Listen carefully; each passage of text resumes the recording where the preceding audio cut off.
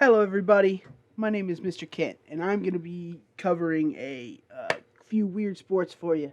This is something cool we're trying to do, trying to get everybody exposed to different things. So, here's Weird Sports episode number 1. The first sport we're going to be covering is Gaga Ball. Some of you may have played this, some of you haven't. I don't know, but we want to make sure everybody gets exposed to it. It's a very fun game. I've played it many, many times. So, a little bit of history behind the game. It has many, many names. Gaga, Gaga Ball, Octo Ball, whatever you want to call it. Gaga is a form of dodgeball that originated in Israel in the 1970s. And it spread around the world when people from Israel were summer camp counselors and spread it all everywhere. So we have an octagonal shaped pit that's 8 sides. And then there's basically what it would be a kickball used to do it. Is the other thing you need. When players are hit below the waist, they're out, but you can always get back in the game if you catch the ball from the sidelines, from around the outside of the pit. So, we're going to get to rules. Now, some places make the rules a little differently. This is technically the official rules, but we don't mind. Some places have house rules because of situations. So, we designate one non-player as the referee. Referee is the sole authority and has all the decision-making power for settling disputes and making sure the game is fair. If you have a counselor if you're, say, playing this at summer camp, you should always make sure that they're the referee. If not, if it's just people playing at the park or something like that, say your park has a Gaga pit, there should always be one person. Somebody should volunteer. Don't hesitate. If somebody is the referee, let them switch out after a game, so somebody else be the referee.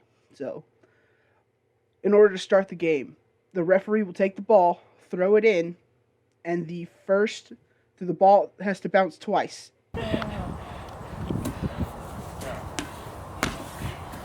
And then everybody can play. So, players, you can hit the balls with your hands only. You can't pick it up, but you can smack it with either a closed fist or an open hand.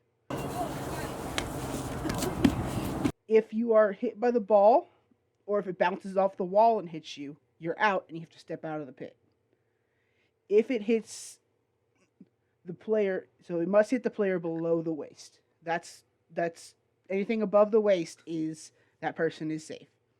If someone hits the ball out of the pit, the last person to touch it is eliminated and it has to be out of the game. They can always get back in, but they have to go out first. So, if you catch the ball before it bounces, say the ball's going to go out. If you catch the ball before it bounces, the player who last touched it is out and you're in. Once somebody hits the ball, they have to wait until the next person touches it. You cannot touch it twice in a row. There's only 2 players remaining. That's the only time where you can touch it up to 3 times. So, say there's 2 people left. You can hit it up to 3 times, and then it has to hit the wall, and then you can hit it again. That same person can hit it again.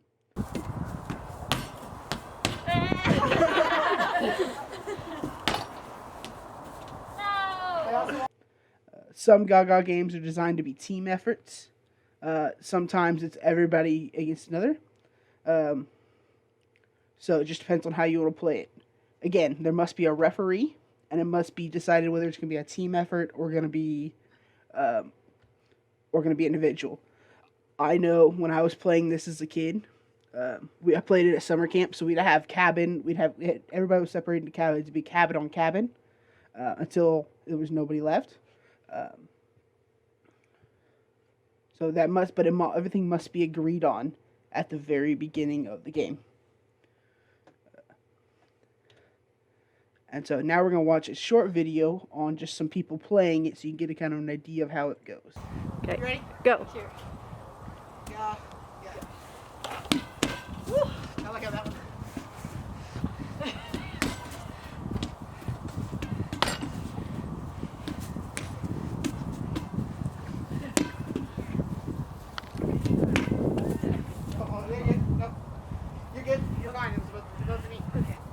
you gotta restart it? Andrew's right.